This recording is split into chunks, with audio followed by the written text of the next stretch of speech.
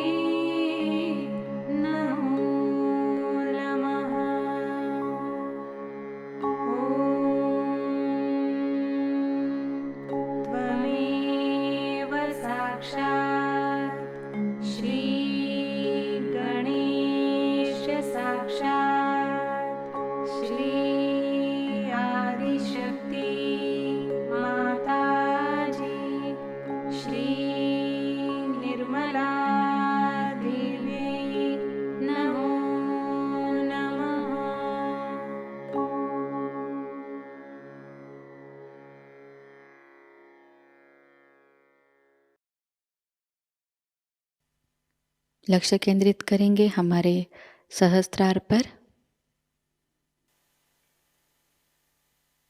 श्री माताजी, कृपावंत होकर हमें निर्विचार अवस्था प्रदान कीजिए।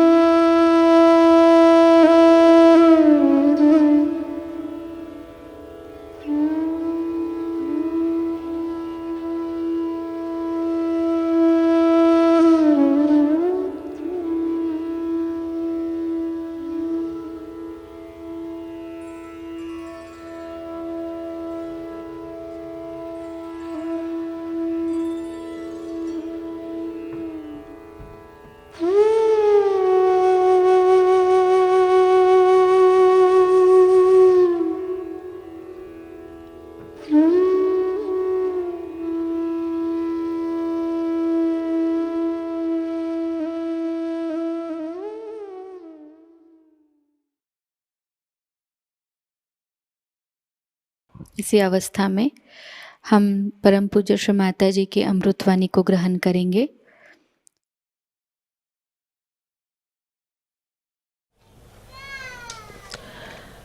Today I wanted to talk to you about certain matters where people get quite confused.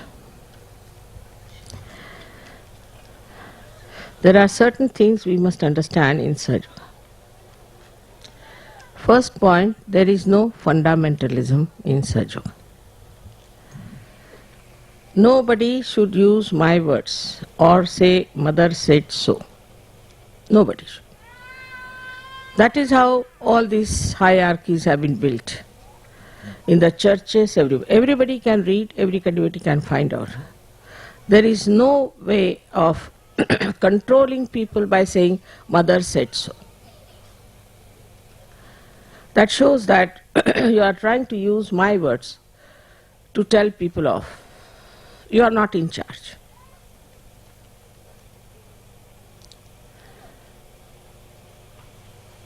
If I say something in the program of Sahajogis, I say it because it is heart-to-heart talk between my children and myself. And it should not be just sent over through your computers all over the world without consulting, without censoring it by the leader. There's no haste in Sahajayoga. So that should not be done. Now this I have said, definitely. Whatever I have said, nobody remembers, only they use my name. Mother said so in 1970. In 1970 I never spoke in English.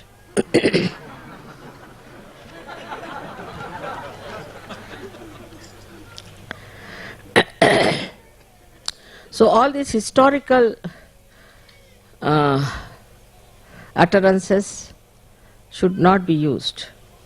We live in the present. That time maybe the situation was such I might have said something, but today the situation is different. Maybe because Sahajogis were just coming to Sahajoga, maybe they needed some sort of a guideline.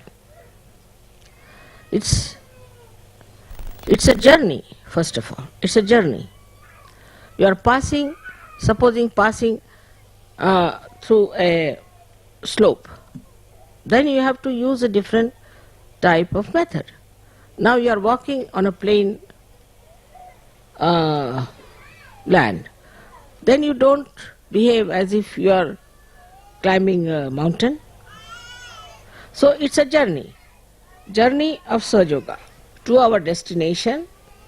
The destination is that we have to emancipate maximum number of human beings into Sahajoga.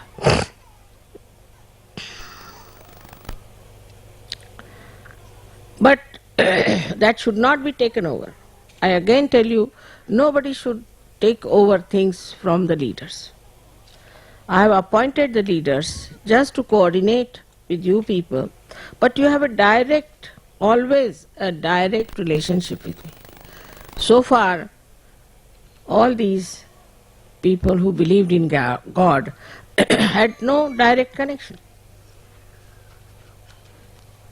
But now you have. So why not use me?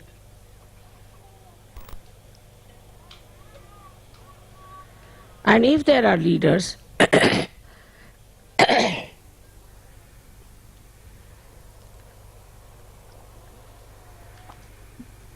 you have to ask the leaders. Nobody should take things upon themselves and start preaching people. We don't like preaching. We have had enough of it. There's no need to preach others. If you have to preach, preach yourself, but not to others. One has to understand that it's a living process.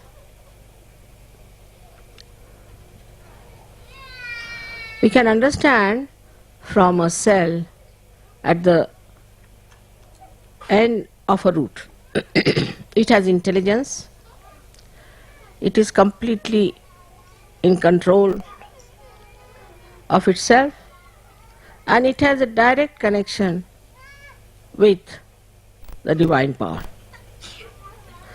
So it moves by itself, but the attention is on the collective. Collective is the tree.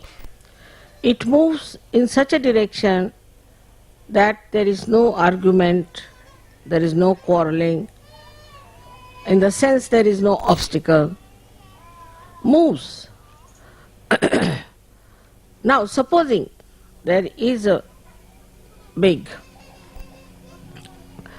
obstacle, like a stone, it goes round it, encircles it many a times for the future tree that has to come.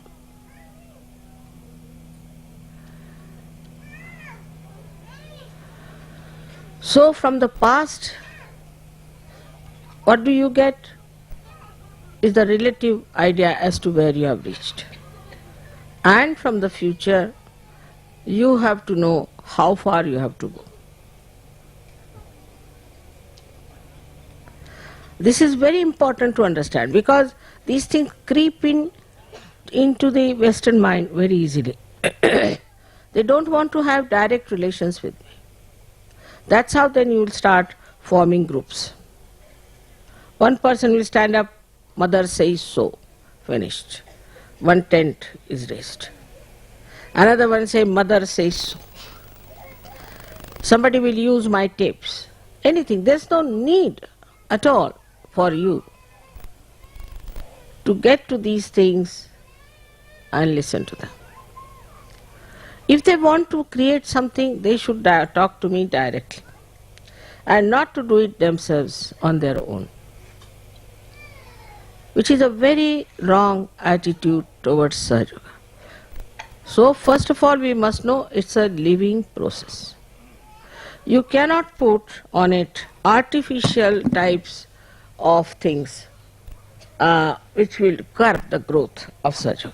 It's very important to understand. There where I find that people don't understand Sahajayoga.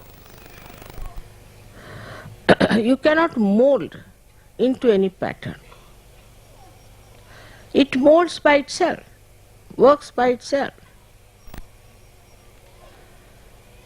So we cannot have any hierarchy. Never. These hierarchies ultimately become a barrier between you and me, which I don't like. All the leaders are told that whatever letters you get, whatever things you have, you should send it over to me. I would like to see them myself. But sometimes they do. Some of the leaders, especially in Australia, had a very bad experience. But now you have a very wise leader here and a very sensible person. I don't think there's anything wrong with him. Only thing I think is rather too mild sometimes with some people. He should have told, yesterday I had to suffer so much because of two ladies, because he never told them how horrible they were.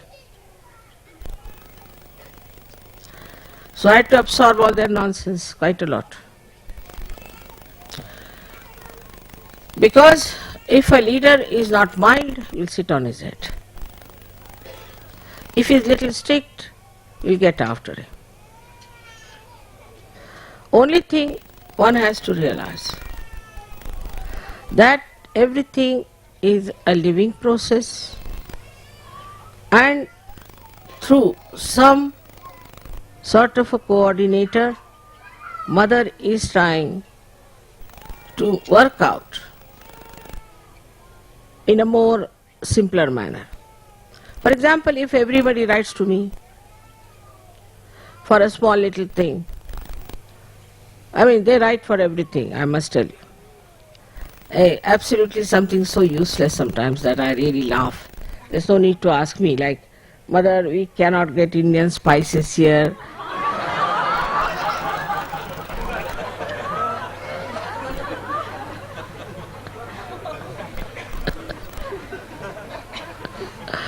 All these stupid things. Then second in about the husbands or about the wives. Because you should not see those films or those televisions which, if you say, invariably show the fight between husband and wife. So if you go on seeing that, you will learn, you will pick it up. It's like a parrot, you know. You pick up all the words which are to be said to your husband, harsh words, or to your wife. And then you work it out that way. And so many questions could have been easily solved. I think to work out the marriage is only question of a woman, not so much of man. Normally men don't want to marry, normally. Though they have no responsibility, they don't have to produce children, anything. But still they don't want to marry. They are sort of little bit afraid also. In the West especially, not in India. In India men want to marry because they get somebody who will spoil them, who will never answer them, listen to them, be humble. So they want to have, see, they marry. But here in the West I have seen men don't want to marry. One fellow, I told him that you have to get married. He disappeared for 3 days.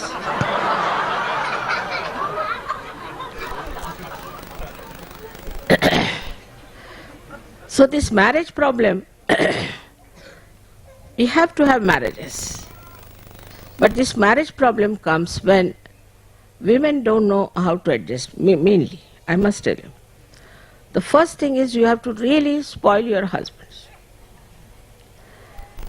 Actually, they should entirely depend on you for everything. Then what will they do? But in a loving manner, not in an oppressive way. Do not demand anything, do not expect anything. Just be gentle, kind, express your love. Then they get used to it, they can't live without it. These tricks should have told to you by your parents, but they might have been the same as you are. So you don't know the tricks of the trade.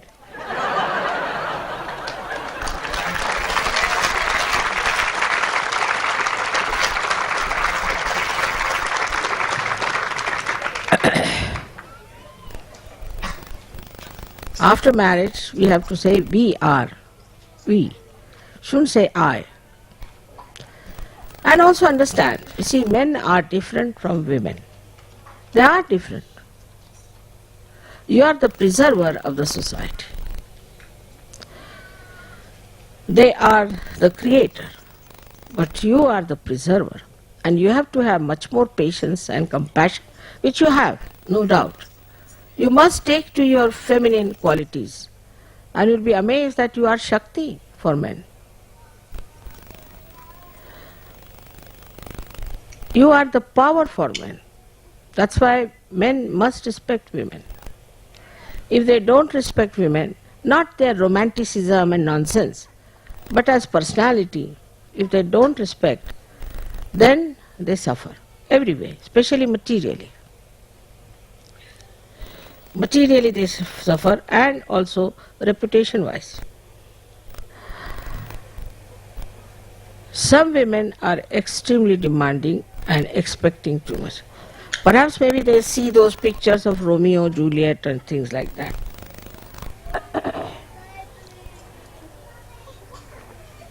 But if you see Romeo, Juliet, you will see what Shakespeare wanted to communicate. He was an Avaduta. He wanted to communicate that these are all futile enterprises. Both of them died. They could never enjoy companionship. We had so many problems like this in England also. So I told them, what books you read? Most of them read books of romance, all right. But romance before marriage. There are no books about romance after the marriage. Can you imagine? So, naturally, there's a problem.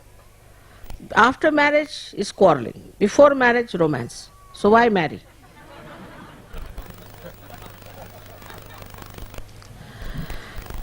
And when I said that man is the head of the family, it doesn't mean that man should dominate a woman. Never. You interpret also, sometimes I think some of the brains are other way down. What I was saying, that he is the head of the family. Supposing I say he is your leader, that doesn't mean that he should dominate you. If head of the family starts dominating, if the brain of the body starts dominating, what will happen to this body? It's stupid to conclude like that. But you are the heart of the family. Brain can die, but heart dies the last. So try to understand, there should be a complete integration between heart and brain. And children are the attention in the society of Sahajayoga. So here, how can you have such an idea that if I say the head, then it dominates the heart? How can it? So they pick up few words from here and there and use it for justifying their own weaknesses in Sahajayoga. But this kind of escape is not going to help you to rise. You are going against yourself, it is not for your benevolence. What I am telling you is that if you try to accept all these outdated ideas in Sahajayoga, you will go down, you will rot. No use coming to Sahajayoga. We are fresh, we are new, and we are living. We don't accept these kind of ideas about men or women. But when I said that man is the head of the family, that doesn't mean that to dominate your wife and torture her. Nor does it mean that the leader should dominate. Never. They should never dominate. They should use their wisdom, their love, compassion, and guide you in the proper way. I've received a letter which is very funny, that one leader's wife, not the leader, but wife, forbid one of the Sahajayoginis not to come to the house and to the program because I could not go to her house. Can you imagine? This is absurd. Now if I tell her, she'll be more harsh on that person. But by doing that, she doesn't know how much she's missing points in Sahaja. I mean, I'm a whimsical person. I can go anywhere I feel like. But she should have taken the blame upon herself if she thinks I did not go to her house instead of on the another person. Also, there's a thing that this is my house. This is the biggest nonsense. Mother should come to my house. With Indian especially, it's too much. Please come to my house, mother. Come and have dinner with me. Who are you? You are a Sahajayogi. So your house is mine, you are mine, everything is mine. What is there to come to your house? Then you separate. This is also an Indian mind, I must confess. My house. This is nonsense. All your houses are mine. If I go there, it doesn't mean that I love you more than anybody else. It doesn't mean that. I have to go somewhere, you know.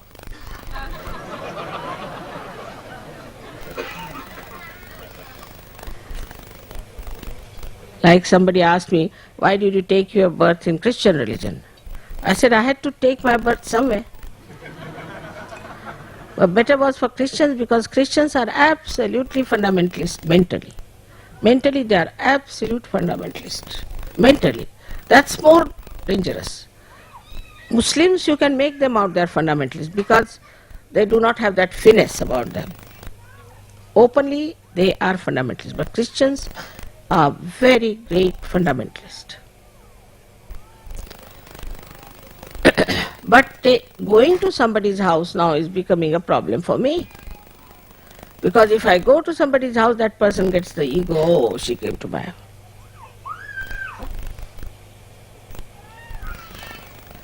So again, you are not to say that, mother, this is my house. Mother, this is your house. If I go there, well and good. If I don't go there, well and good. What does it matter?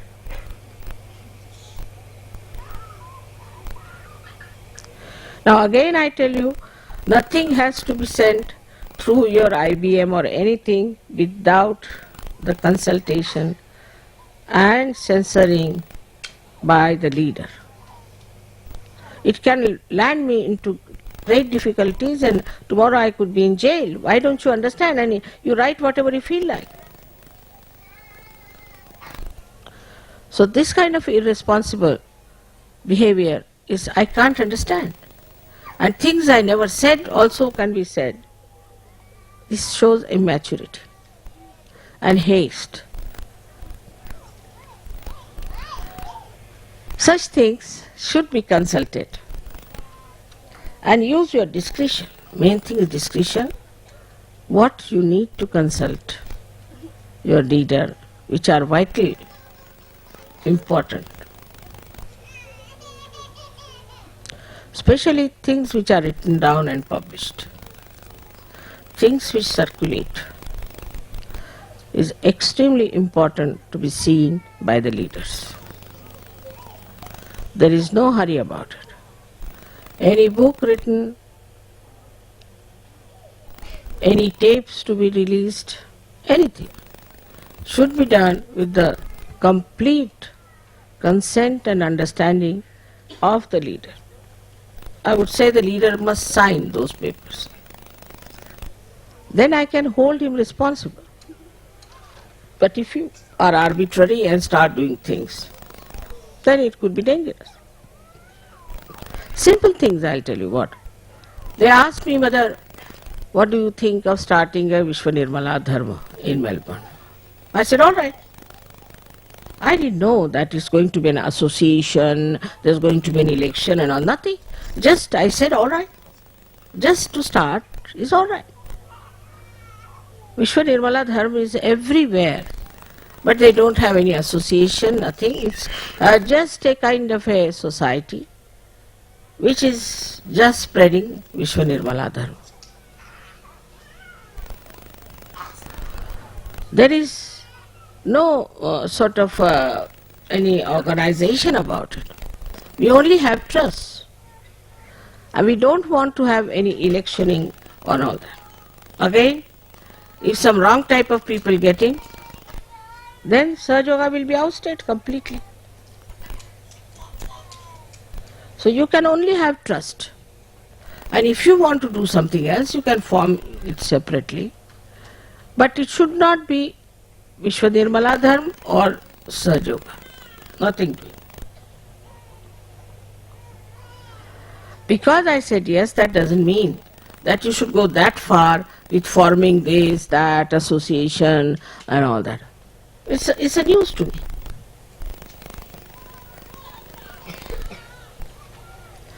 All right, whatever has been done has to be rectified. Absolutely to be rectified. And we have to bring it down to a proper level. And should be there people who should be elected as good people who are in Sahajayoga, who have so far have been doing everything in a straightforward manner, and who have been very, very sensible about it. There's also a suggestion that we should project ourselves to outside things. If it means that we have to go to other organizations, is wrong. All these organizations are dead organizations, they are not living organizations. But if they want to come to us, all right. But we should not go and break our heads with them. Because you will end up not only with opposition, but you will catch from them negativity. Try to understand. We don't have to grow that fast that we get all the lunatics in Sahajayoga. We have to be very careful. We can only have Sahajogis who are seekers, who are honest, who are humble, who do not want any money or power out of Sahajayoga. It will grow, it has grown, just imagine. 2 people came from Australia and see how many are there. It will definitely grow, no doubt. But do not try to organize it. You cannot organize. Once you start organizing, then the growth can be stunted. Like you have seen bonsai. Bonsai, when they cut it and organize it, it becomes a small tree. But I haven't seen any tree which grows, if it is organized, grows more. Never.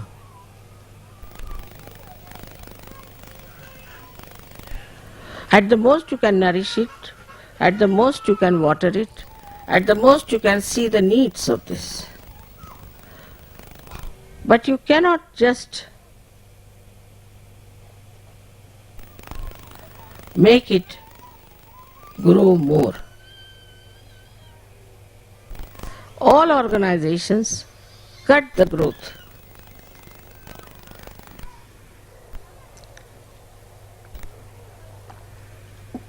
In the beginning it may look that by organizing it, it has increased. We can say Christianity. What is this? Like a pumpkin, has no meaning. Absolutely empty, hollow nonsense. Like Islam, another nonsense. I mean, they admit that Islam is different from Muslims. It is being admitted now. What is Buddhism? Another nonsense. So this kind of an artificial growth, if you want, you can take to artificial methods. We really want substantial people, substantial dharma, innate within ourselves. We don't have to take to these artificial things. We are using lots of artificial manure now. And people are revolting against it because they think that all these artificial things are harmful to us. So allow it to work out through the grace of this divine power in a more natural manner than putting artificial organizations, artificial this and that.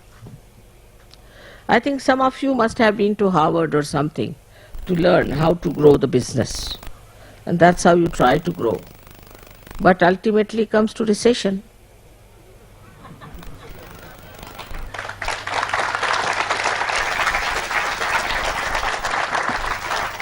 All those who had education in Harvard are responsible all over the world, and all over the world there is recession. I think this university should be closed now. So now, regarding your children, I have been really studying the nature of Western children. Now the nature of Western children is that their attention is never on the right things.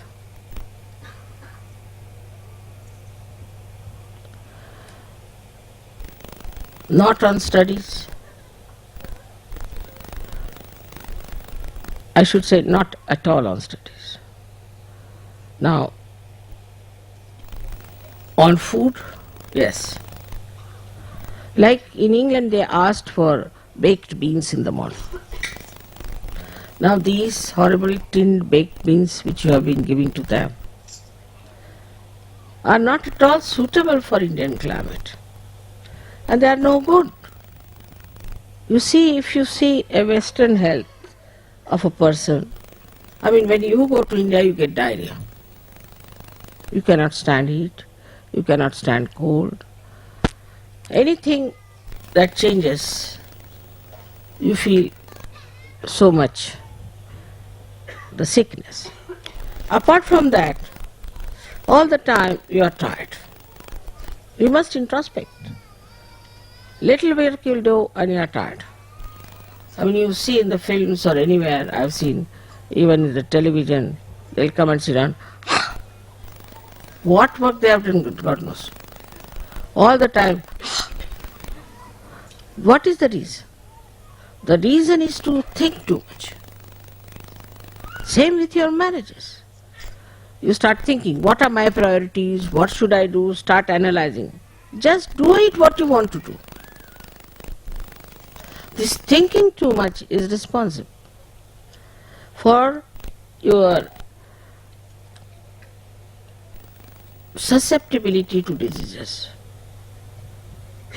Of course, Muladhara is one of the most important chakra, no doubt. If the Muladhara is weak, you catch it. You can catch any disease. For example, cancer, AIDS, schizophrenia, Yuppies disease, also the secret diseases, herpes and all these things are very common in the West, but not in India, very few, because of a strong Muladhara. So now first problem is how to strengthen your Muladhara.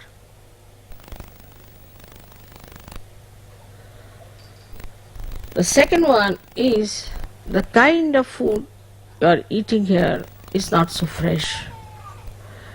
Try to eat fresh food. At least in Australia you can get it.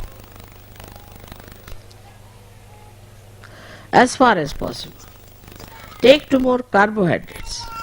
If you are thinking too much, best is to take to carbohydrates. You are so much worried about putting on weight or this thing. I don't know why you want to be skinny. What is the need? On the contrary, a person who has little plumpness absorbs vibrations much better. But do you know that vibrations sit on the fat? Mede sthita. They sit on the fat. And that's why they go on the nerves, because nerve is made of fat, your brain is also made of fat. So this new idea of having mosquitoes around,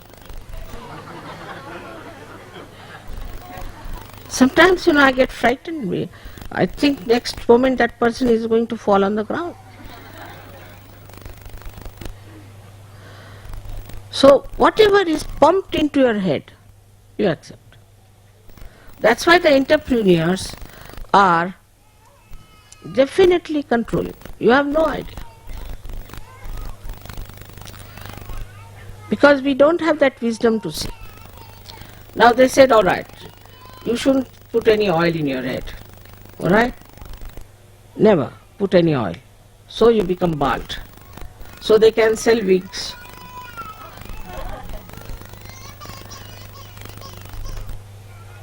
All such things are there. You can put oil before previous night just to make your hair grow properly. You must give them nourishment. Why do you starve them? What's wrong with oil? I just don't understand. You must massage your body also with oil. It's very important. Sometimes Saturday, if you use oil to massage your body, is a very good idea. Also massage your head. You must look after yourself. But just because there's a fashion not to put oil, so you just not have any oil anywhere near. They all used to put oil. If you see films about, say, 30 years back, they were all nicely, nobody had dry hair, all shining nice hair. They were supposed to be quite good looking. And this bhutish type of hair, then when you have, all the bhoots will take over because they'll think this is the head for me.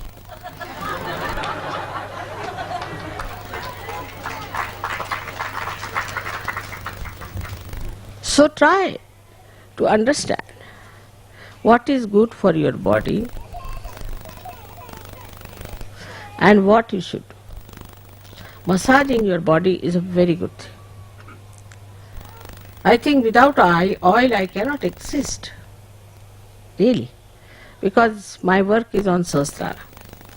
And if I starve my hair, either I'll become completely bald or mad, one of the two. It's very soothing to massage your hair, very soothing for your nerves, everything. And you are realized souls, there's vibrations flowing. You should massage your head nicely. Take about an hour on a Saturday. Saturday is the day of Shani, is the day of Saturn, the day of Shri Krishna. He is so fond of butter and oil.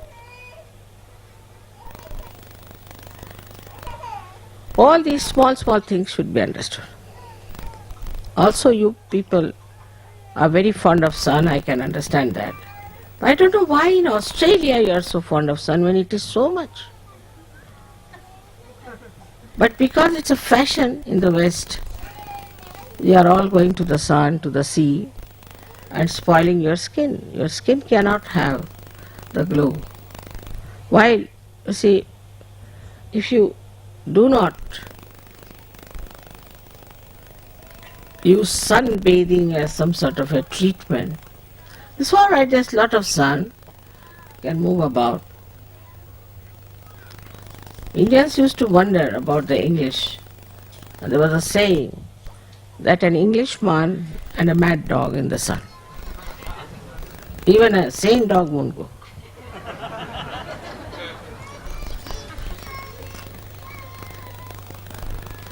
All such things should be understood. Personal hygiene also has to be seen.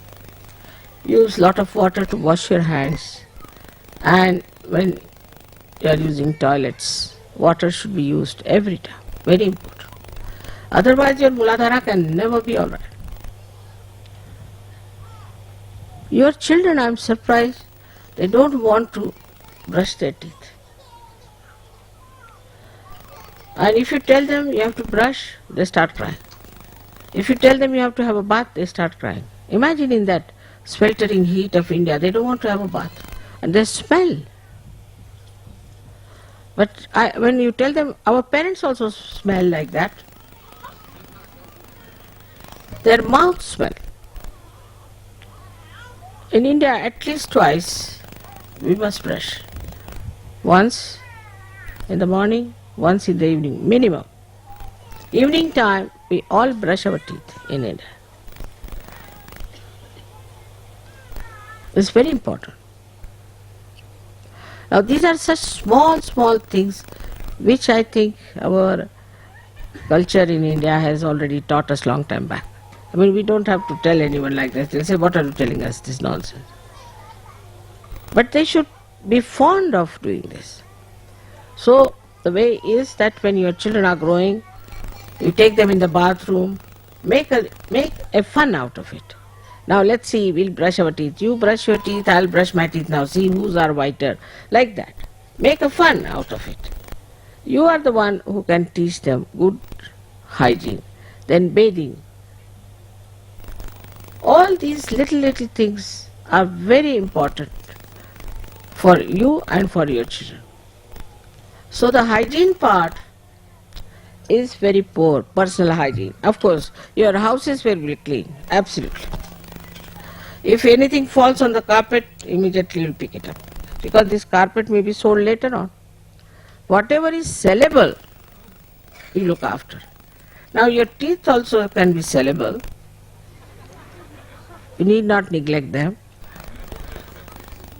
But you will not be careful. Whatever is sellable, you are very careful. Your house, very careful. Your carpets, very careful. But whatever is not sellable is not worth anything. Now in Sahajayoga, we should know that nothing is sellable. Whatever we have and own, we'll keep it with ourselves or give it to our children or give it as presents to others. We are not going to sell anything. Everybody is a seller. House is to be sold, very particular about the house. If something goes wrong, we'll shout at children. We were surprised that these children were more careful about nonsensical things like carpets than their teeth. Something fell down on the carpet, immediately they all rushed and cleaned the carpet. We started wondering what's the matter with them. That's not their job. That's the training they have. Whatever is sellable, they try to put right. So we must change our mind and say that whatever we own, we are not going to sell it. Or sometimes you have to sell the house, all right. That's not so important. In any way, whether the house is clean or dirty, you will face the same price. That's my experience. Whether you decorate or not, on the contrary, undecorated houses they like because of their ego. Very surprising. We had bought a house in Hounslow, and one side belonged to one of the Sahajayoginis, one side to me. I had no time to decorate or anything. And she, poor thing, spent so much money to decorate it and all that, and some people lived also. Of course, she made little money out of it, whatever it is. But my house sold for a higher price than hers. Why? They said it's already done, we can't do anything about it. So also the ego is there, that we should be able to do something in the house. And thus, it doesn't make difference. In any way, they don't pay for your carpets and don't pay for your things. But people are so particular about their furniture, about everything.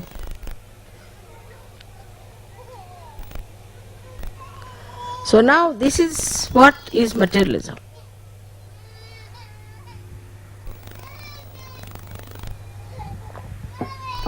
Is absolute materialism.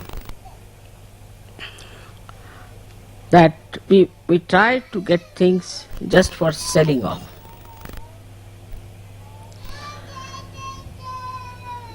On the contrary, we have to look out what are the beautiful things made by hand. What can we have? Whatever is made by hand by people. Can have few. And that can be given to your children, to the progeny. Also sometimes the idea of antique, who is this child, please take away. Who is the child? Who is the child crying? You must find out why the child is crying in my program. Must be something wrong. Must be some bada. If a child cries in my presence or is afraid, that means there is some sort of a bada which you should try to remove. So now we have to change our attitude towards ourselves. We are specially blessed people. We have to look after our body, look after our children. We have to look after things which are of much greater importance than material things. That is the spirit. So ultimately we come to the point that the spirit which has given us all this beauty, which has given us such moonlight in our life, such sunshine in our work, which has made us so sweet.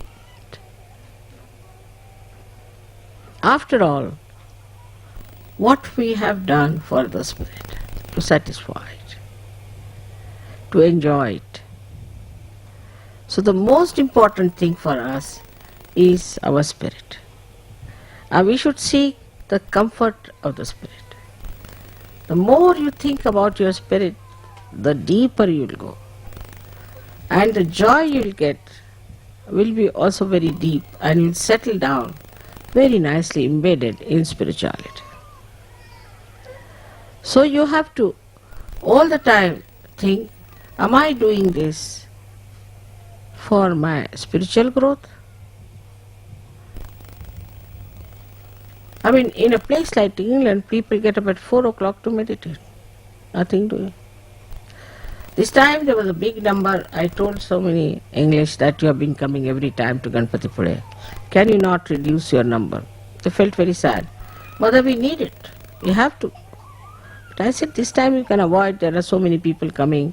If we have too many people, because about 150 people came from other countries, you see, who were not even paying and who were not such yogis.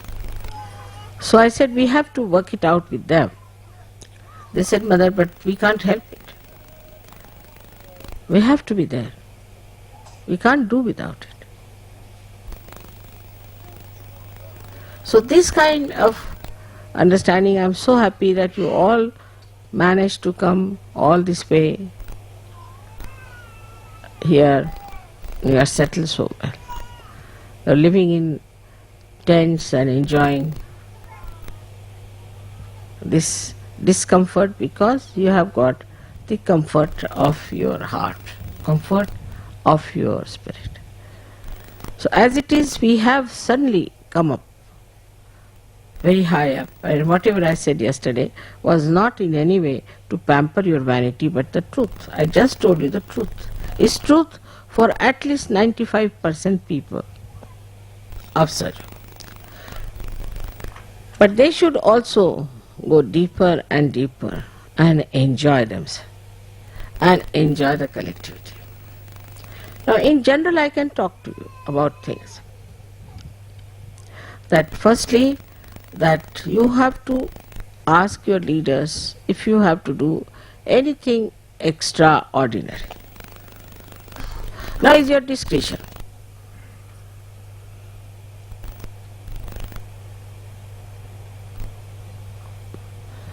And the last but not the least is this: all the leaders complain that no one wants to pay any money whatsoever for Sahajayoga. Now, you see, actually, as you know, that whatever money you give me for pujas, I buy silver for you. And you are given the equal amount of silver as one would give to Europeans. But as far as the puja money is concerned, it's very low. First they used to just give me $1. Of course, that was all in coins which I brought it back. But otherwise, whatever is there is, I'm not using it for myself, I don't need it. I should normally, because it's given to me. But I just thought that instead of that, if I give you silver, you will have silver for puja, which is very important, and that it will be very auspicious.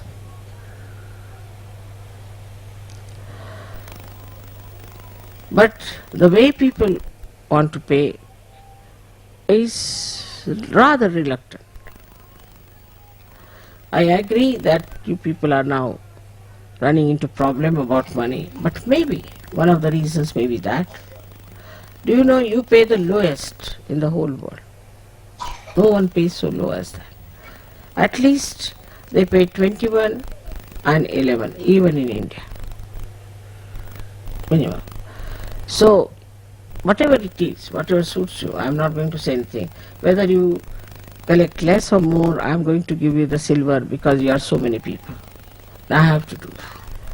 I always put the maximum amount between you and Europe. You are also a continent as Europe is. But one has to understand that at least we should really think of doing something for Sahajayoga. What can we do for Sahajayoga? As you know very well, that I have used my husband's money quite a lot.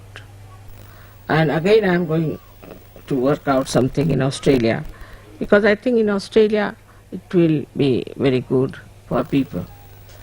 And I can involve my money with them. But despite all that, people don't understand that why my husband allows me to do that. Because he knows it gives him all the blessings.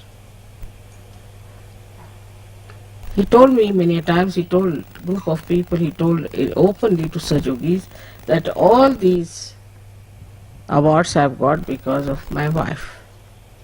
But she is working for God. But I wanted to say also you donated a lot of money.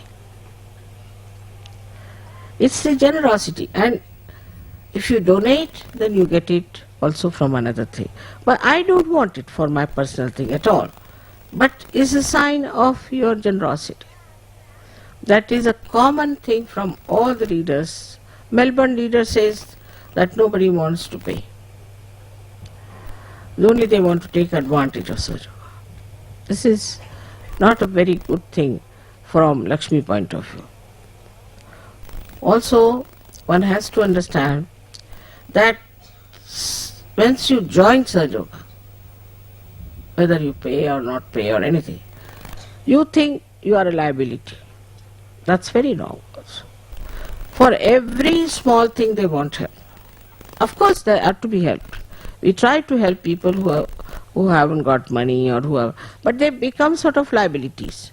And then they expect so much from other Sahajogis or from me also, that one can't understand. I mean, you marry someone, then that person becomes a headache. Letters after letters, telephones after telephones. It's not proper. Of course, some child is sick, all right, you can inform me. But a child is hot-tempered, is misbehaving, is on my head. Maybe you have been hot-tempered, maybe you are fighting with your wife or your wife is fighting with you, maybe that. Why not correct that part? Even the smallest thing they think should be done by Sahajayoga. Sahajayoga must look after this thing, Sahajayoga must do that. So one should understand that to you Sahajayoga is a liability, not you are a liability to Sahajayoga. That's the best attitude. Of course, in a way you are a liability. But what should be your attitude? Now you are matured enough. When the son grows up and matures, then he looks after the parents. In the same way, you have to look after the Sahajayoga than Sahajayoga looking after you all the time and pestering Sahajogis about it. This has to be understood very well, that Sahajayoga is not liable for you. You are liable for Sahajayoga. Sahajayoga has given you so much. God has done so much for you. What have we done for God? Always think like that. If you start thinking like that, the more work you put in for Sahajayoga, the more you exert your mind for Sahajayoga, in a proper, living, balanced manner, the more you are helped, the more you grow, the more you enjoy. It's like that.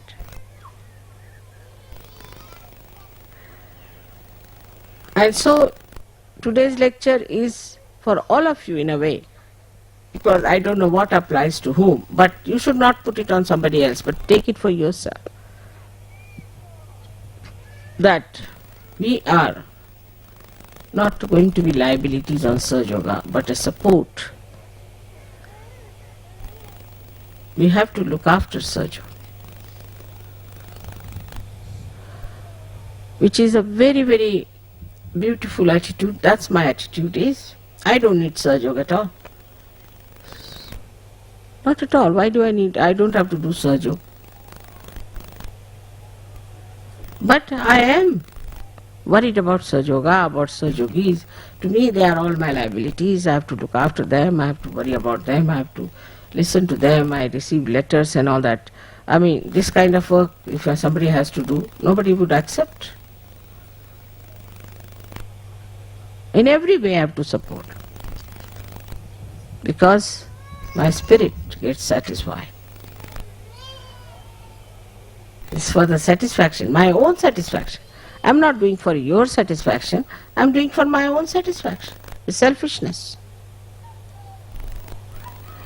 So when you reach that selfhood, you will understand what this self needs. And you will put your mind to it, and you will be surprised that when you start doing something for others, for Sahajayoga, it's very much rewarding. Very much like a prayer. Everything is a prayer. In Sahajayoga, whatever you do for Sahajayoga is a prayer, is a rapport, is the oneness with God, is what we can call the worship. And once you start doing that, you will not bother as to who criticizes you, what people say to you, nothing. But you'll feel such relationship and understanding. I'm sure this Shiv Puja will definitely establish you at a much higher level, I'm sure.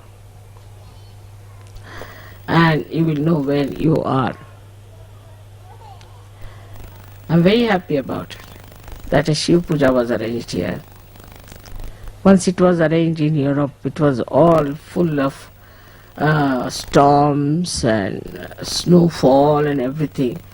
But so many came to Rome for the Shiv Puja. They all asked me, Mother, we should have one Shiv Puja. And the whole thing was so surprising that people came from Greece and everywhere, driving down, I don't know, and there was always report that snowfall is there, a flood is there, and they were all there. And suddenly I found the level had risen. Because here we are in direct contact with our spirit. Here we know about our spirit. We are obliged to our spirit what it has done to us. We respect it. And that's how I've seen the certain change and a very great height suddenly they achieved. And I am sure this will happen to Australians. Now forget your small differences, fighting for power, fighting for money, nonsense. Try to be alright. There's some people who got caught up because of this nonsense in Melbourne. They should all cleanse themselves out, put themselves right, and look after themselves. All my blessings with you. May God bless you. निशब्द ध्यान में बैठते हैं।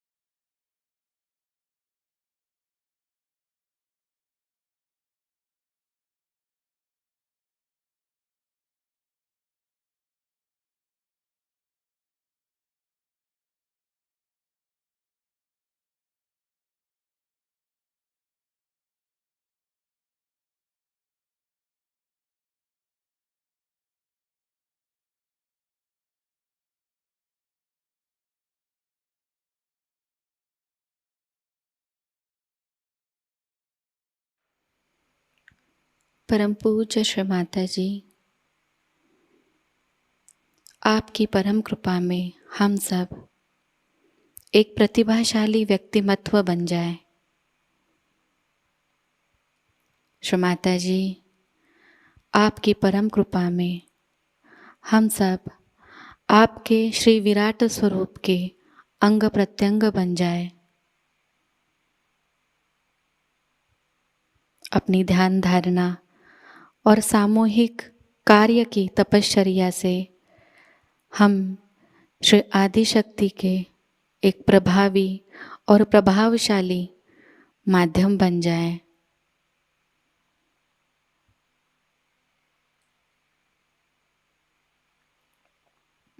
परम पूज्य श्री माताजी, आज का यह सामूहिक ध्यान हम आपके श्री चरणों पर समर्पित करते हैं। कृपावंत होकर हम सबको और इस संपूर्ण विश्व को आशीर्वादित कीजिए।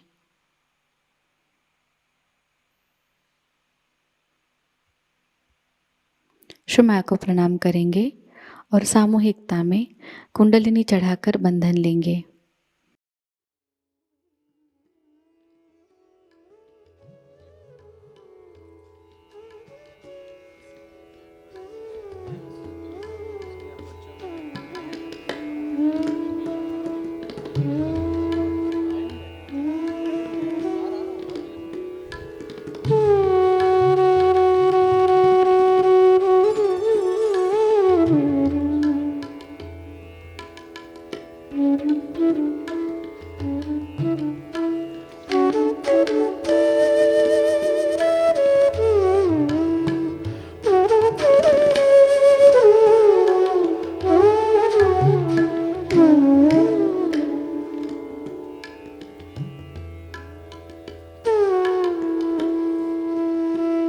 आज का यह ध्यान केंद्र यही संपन्न होता है। जय श्री माता जी।